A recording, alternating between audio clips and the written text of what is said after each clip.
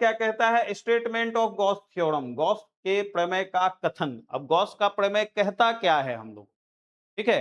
Gauss के प्रमेय में क्या हम लोगों को कहा गया, क्या कथन है उसका, हम लोग उसकी चर्चा यहां पर करते हैं। जरा इमेजिन करो कि जैसे कोई एक ये सतह है किसी भी शेप का, ठीक?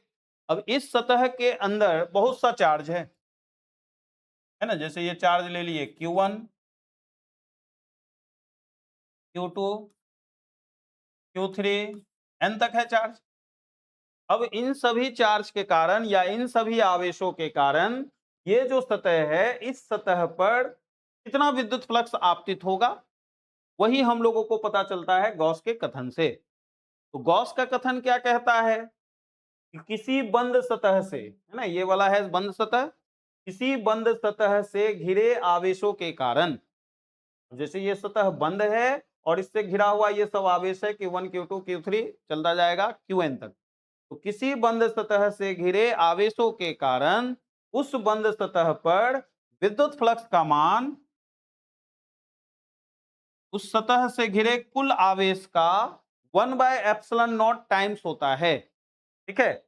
यानी कि किसी बंद सतह से घिरे आवेशों के कारण उस बंद सतह पर विद्युत फ्लक्स का मान उस कुल बंद आवेश का कितना गुना होगा? तो 1/ε0 गुना होता है। इसी को हम लोग कहते हैं गॉस का प्रमेय या गॉस का कथन।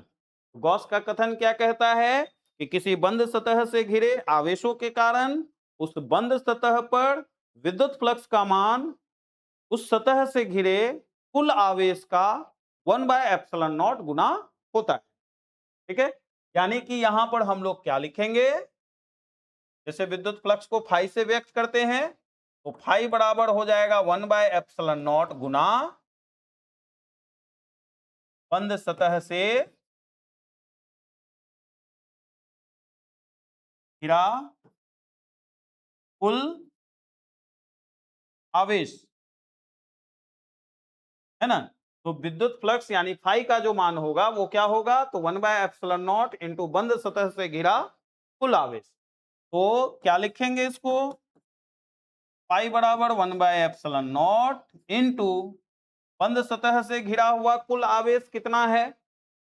तो इसको लिखेंगे Q1 plus Q2 plus Q3 dot dot dot Qn, है ना? जितना आवेश घिरा हुआ है बंद सतह से सबको जोड़ देना है और उसको 1/ε0 से गुना कर देना है। मान लो इसमें यदि Q1 plus Q2 plus Q3 dot dot dot Qn इन सभी का मान कैपिटल Q के बराबर हो, तो अगर इन सभी का मान कैपिटल Q के बराबर होगा तो हम लोग इस फॉर्मूला को क्या लिख देंगे? तो फाई बराबर हम लोग लिख देंगे कैपिटल Q/ε0। तो ज्यादातर हम लोग इसी फॉर्मूले का यूज हर जगह करते हैं। तो गॉस थ्योरम का जो फॉर्मूला हो गया वो क्या हो गया? Phi is equal to capital Q/ε0 या स्मॉल Q/ε0 भी लिख सकते हैं। अगर मान लो एक ही चार्ज घिरा हुआ है तो स्मॉल Q/ε0 लिख देंगे। और हम लोग यहाँ पर बहुत से चार्ज के लिए कैपिटल Q का यूज किए, तो हम लोग ऐसे लिखे या जरूरत पड़ने पर हम लोग phi is equal to Q/ε0। अगर सिंगल चार्ज घिरा रहेगा तो Q/ε0 लिखेंगे। इसमें एक बात और ध्यान में रखना है, ये जो बंद सतह है जिससे आवेश घिरा हुआ है ना, इस बंद सतह को हम लोग कहते हैं गॉसियन सरफेस। ये जो बंद सतह है इस बंद सतह को कहा जाता है गॉसियन सरफेस। यानी कि जिस सतह से आवेश घिरा हुआ है, जिस सतह से आवेश बंद है, उस सतह को कहा जाता है गॉसियन सरफेस, ठीक है? तो ये ध्यान में रखेंगे कि गॉस थ्योरम जब भी हम लोग अप्लाई करेंगे तो वो हमेशा किसके लिए होगा? बंद सतह के लिए। यानी कि बिना गॉसियन सरफेस के गॉस थ्योरम अप्लाई नहीं होगा। अब हम लोग आते हैं अगले पॉइंट पर। हम लोग यहां पर देखेंगे कि गॉस थ्योरम को प्रूफ कैसे करेंगे हम, है ना? गॉस थ्योरम का प्रूफ कैसे होगा? अब जैसे क्या होता है कि एग्जाम में क्वेश्चन पूछता है कि गॉस थ्योरम क्या है, गॉस थ्योरम को लिखे और इसे प्रमाणित करे। अगर ये क्वेश्चन दे देगा तो ये क्वेश्चन लॉन्ग में आता है ना, 5 मार्क्स में। तो गॉस थ्योरम के साथ साथ गॉस थ्योरम का प्रूफ भी पूछता है। गॉस थ्योरम का प्रूफ क्या होगा यहाँ पर, चलो प्रूफ करके देखते हैं। हम लोग क्या किए कि एक स्फेरिकल गॉसियन सरफेस ले लिए, यानी गोलीय गॉसियन सरफेस, इसके केंद्र पर एक चार्ज ले लिए हम लोग कैपिटल क्यू। ठीक है, अब ये जो गोलीय गॉसियन सरफेस है इसकी त्रिज्या हम लोग मान लिए स्मॉल आर। तो क्या करते हैं हम लोग, इसका प्रूफ कैसे करेंगे, तो यदि क्यू हो पॉइंट चार्ज, है ना, यहां जो चार्ज ले लिए वो हम लोग ले लिए पॉइंट चार्ज। अब ये पॉइंट चार्ज क्यू एक गोलीय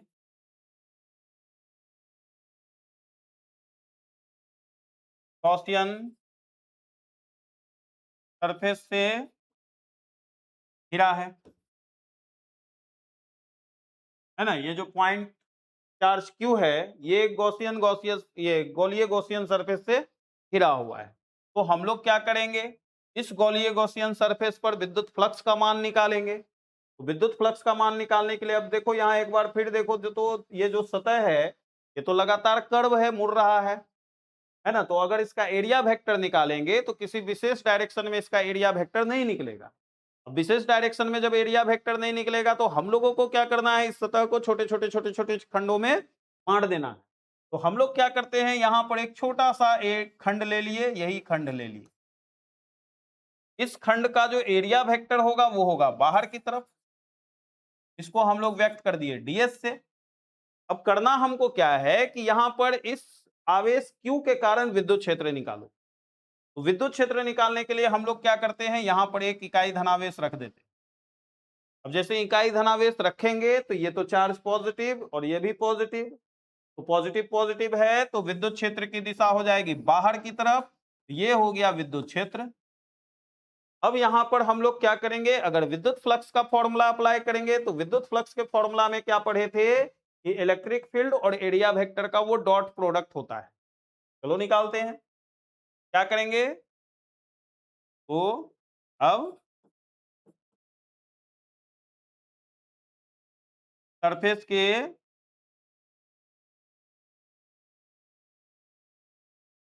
स्मॉल एरिया ds पर विद्युत फ्लक्स, है ना, सरफेस के स्मॉल एरिया ds पर हम लोग विद्युत फ्लक्स का मान निकालेंगे। विद्युत फ्लक्स d फाई बराबर हो जाएगा, या डायरेक्ट ऐसे फॉर्मूला लिख दो, है ना, विद्युत फ्लक्स फाई बराबर क्या हो जाएगा, integration of E dot ds, है ना, ये अभी परिभाषा में पढ़े थे हम लोग विद्युत फ्लक्स के ई डॉट ds। अब देखो डॉट प्रोडक्ट निकालेंगे तो दोनों के बीच का एंगल चाहिए हमको। अब यहां दोनों के बीच का एंगल क्या होगा, 0 डिग्री, क्योंकि विद्युत क्षेत्र और एरिया वेक्टर दोनों एक ही दिशा में है। जब एक ही दिशा में है तो यहां पर एंगल इसका क्या हो जाएगा, ई ds cos 0 डिग्री, है ना, विद्युत क्षेत्र और एरिया वेक्टर दोनों एक ही दिशा में है, इसलिए दोनों के बीच का एंगल हम लोग ले लिए 0 डिग्री। अब जब 0 डिग्री लेंगे तो cos 0 डिग्री का मान होता है 1। तो जब cos 0 डिग्री का मान 1 होता है तो हम लोगों को यहाँ फाई का वैल्यू क्या मिलेगा, फाई इज इक्वल टू मिलेगा ई इंटू ds। अब देखो ये जो पॉइंट हम लिए जहां पर यूनिट पॉजिटिव चार्ज को रखें, ये पॉइंट इस पॉइंट चार्ज से कितनी दूरी पर है, ये जो पॉइंट है ये पॉइंट जो लिए ये पॉइंट इस पॉइंट चार्ज से r दूरी पर है। तो r दूरी पर होगा तो विद्युत क्षेत्र का मान इसका क्या होगा, मान लो ये इक्वेशन 1 है, तो इलेक्ट्रिक फील्ड का मान जो हम लोग लेंगे वो होगा E बराबर Q, क्योंकि पॉइंट चार्ज कैपिटल Q लिए हैं, तो Q by 4 pi epsilon naught into r square, ये हो गया विद्युत क्षेत्र का मान। इस विद्युत क्षेत्र के मान को इक्वेशन 1 में बैठा देना है, और इक्वेशन 1 में बैठाकर हम लोग इसको हल करेंगे। तो देखो इक्वेशन 1 में बैठाकर जब हम लोग इसको हल करेंगे तो क्या आएगा, I बराबर ई का फॉर्मूला हो गया Q by 4 pi epsilon naught r square i into ds। अब इस फॉर्मूले में अगर देखा जाए तो क्यू तो चेंज नहीं होगा, आर भी चेंज नहीं होगा, है ना। जैसे गोला हम लोग लिए हैं तो गोले का रेडियस हर जगह फिक्स्ड होगा। गॉसियन सरफेस जो लिए हैं गोलाकार, उसका रेडियस हर जगह सेम होगा, कहीं चेंज नहीं होगा। यानी कि रेडियस भी फिक्स्ड है, चार्ज भी फिक्स्ड है। तो जब दोनों फिक्स्ड है तो ये हो गया कांस्टेंट, तो हम लोग इसको निकाल के कर देंगे बाहर। तो फाई इज इक्वल टू मिलेगा Q by 4 pi epsilon naught r square, और अंदर में हो गया इंटीग्रेशन ऑफ ds। अब देखो ये जो ds का हम इंटीग्रेशन कर रहे हैं, तो ये ds का इंटीग्रेशन क्या होगा, ds हो गया एरिया। हम लोग एरिया एलिमेंट ले लिए छोटा सा। अब सोचने वाली बात यहाँ ये है कि जैसे ये जो फिगर हम लिए इसमें एक छोटा सा एरिया लिए, अब इसी तरह के छोटे छोटे छोटे छोटे छोटे छोटे एरिया से मिलकर ये पूरा का पूरा गोला बना हुआ है। तो जब इसी तरह के छोटे छोटे एरिया से मिलकर पूरा गोला बना है, तो जब इस एरिया वेक्टर का इंटीग्रेशन करेंगे तो हम लोगों को पूरे गोले का क्षेत्रफल मिल जाएगा। तो हम लोग यहाँ क्या करेंगे, जब ds का इंटीग्रेशन करेंगे तो हमको मिलेगा इस पूरे गोले का क्षेत्रफल, और गोले का क्षेत्रफल होता है 4 पाई आर स्क्वायर। तो हम लोग यहाँ क्या कर देंगे, ds का जो इंटीग्रेशन करेंगे उस इंटीग्रेशन के प्लेस पर हम लोग वैल्यू ले लेंगे 4 पाई आर स्क्वायर, है ना। यहां पर तुम लोग समझने के लिए लिख सकता है integration of ds is equal to 4 pi r square. ये क्या हो गया, तो ये है गॉसियन सरफेस का एरिया, है ना। ये गॉसियन सरफेस का एरिया है। तो गॉसियन सरफेस का एरिया हम ले लिए 4 पाई आर स्क्वायर।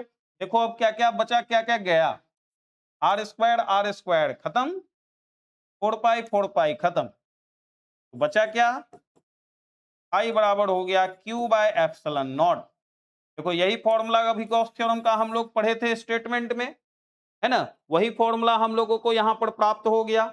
तो ध्यान में ये रखना है कि जैसे गॉस थ्योरम एग्जाम में पूछेगा कि गॉस थ्योरम क्या है, या गॉस थ्योरम के कथन को लिखकर उसे प्रमाणित करे, तो पहले उसका स्टेटमेंट लिख देना है, फिर उसके बाद उसका यही प्रूफ कर देना है। ये इतना करेंगे तो ये जनरली ये लॉन्ग क्वेश्चन में आता है। कभी कभी क्या होता है कुछ रेयर केस में कि इसके साथ एक और एप्लीकेशन भी जोड़ देता है, ठीक है।